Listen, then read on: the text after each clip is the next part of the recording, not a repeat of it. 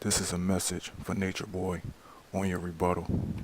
First, I would like to say thank you for your response and your thought-provoking question. Your feedback is humbly appreciated. But there was a huge mistake in the message. You said my opinion. But these are facts that I'm using, and they are backed by proof and evidence. Also can be tested. They are reproducible and falsifiable.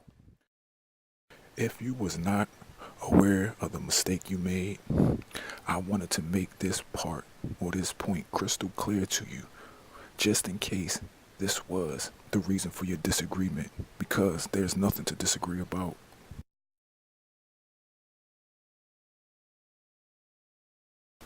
Let's move on. For your rebuttal, you have linked me 2 videos.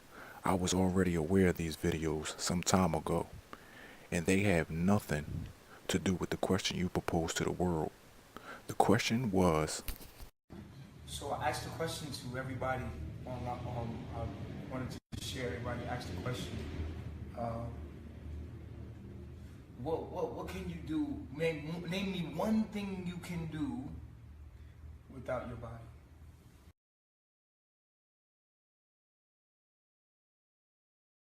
Let's go further into your rebuttal. The first video link. I wonder, have you ever questioned the credibility of this video? I have, and I found 2 major flaws. The 2 main points he's trying to make are flawed. The first one is the external world he's talking about, which he admits is flawed.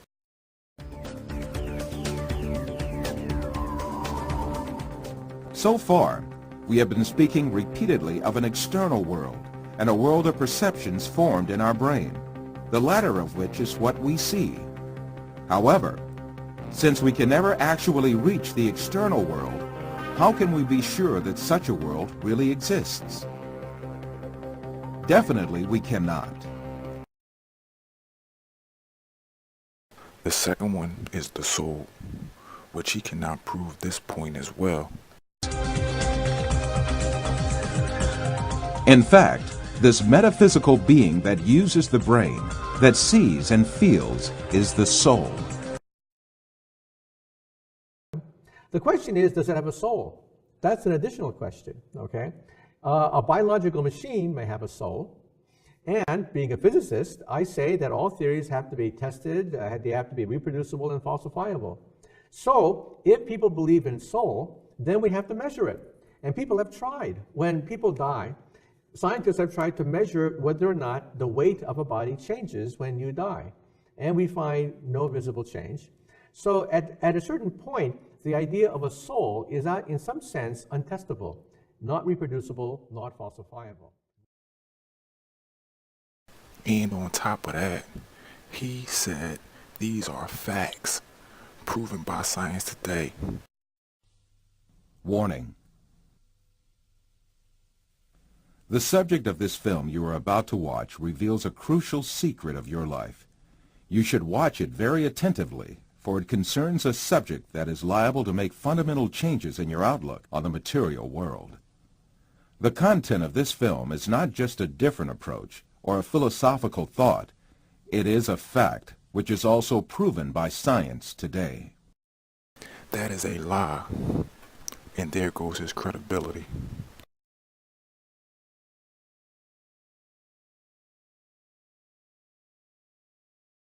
The second video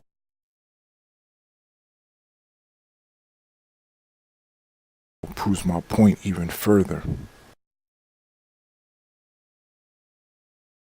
And what does an observer have to do with any of this? The observer collapsed the wave function simply by observing. Consciousness collapsed the wave. You need some neurons or a whole brain for consciousness. Oh, and by the way, the brain first and then consciousness.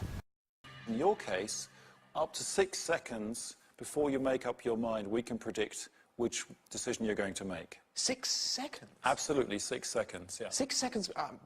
So I was conscious of making a decision to press my right finger down, and you're saying that 6 seconds earlier, my brain had already made that decision? Exactly. So here we can show you how we did it. In this region, there's a pattern of brain activity that emerges before you make up your mind that tells us which way you're going to decide. And these blue regions, they get more active when you're going to choose left, and the yellow regions get more active when you're going to choose right. That's a bit frightening. It sort of implies, therefore, my conscious decision is a very secondary thing to my actual brain activity. Absolutely, absolutely. It seems that there's a lot of unconscious brain activity going on that is shaping your decisions, and that your consciousness comes in at a very late stage in a decision. So that's rather a frightening idea, that that I'm sort of hostage to neuronal activity that's happening 6 seconds earlier. I mean, But I wouldn't call it a hostage situation,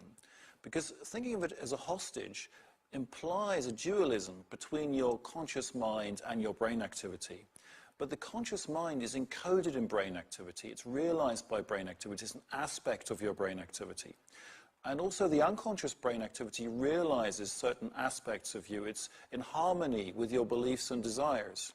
So in most cases, it's not going to force you to do something you don't want to do. so what do you think this has implications for the whole sort of study of trying to understand consciousness and what I is inside here? Well, absolutely. I think if we find that a person's thoughts are very closely encoded in their brain activity, we can't make a distinction between these thoughts and the brain activity. We don't need to assume that they're two separate entities existing in two different spaces. Rather, they're different aspects of the same physical process. So your consciousness is your brain activity, and that's what's leading your life. It seems that what our experiments reveal is that there's like a mechanism unfolding, a deterministic mechanism that leads up to your decision at a later point in time, and that was inevitable. It could only go one way.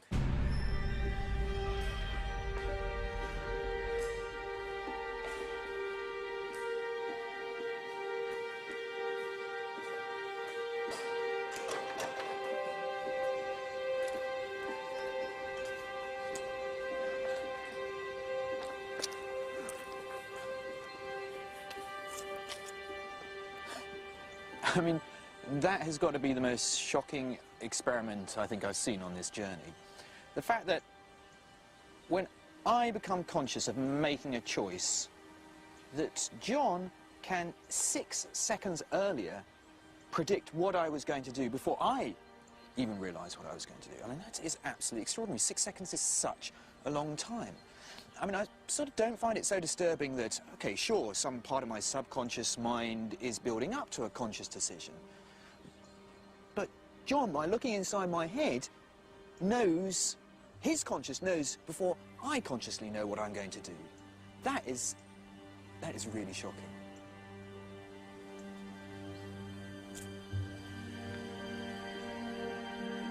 John's work brings me closer to understanding what I is. It's just the threshold, the final stage of a whole complex of brain activity.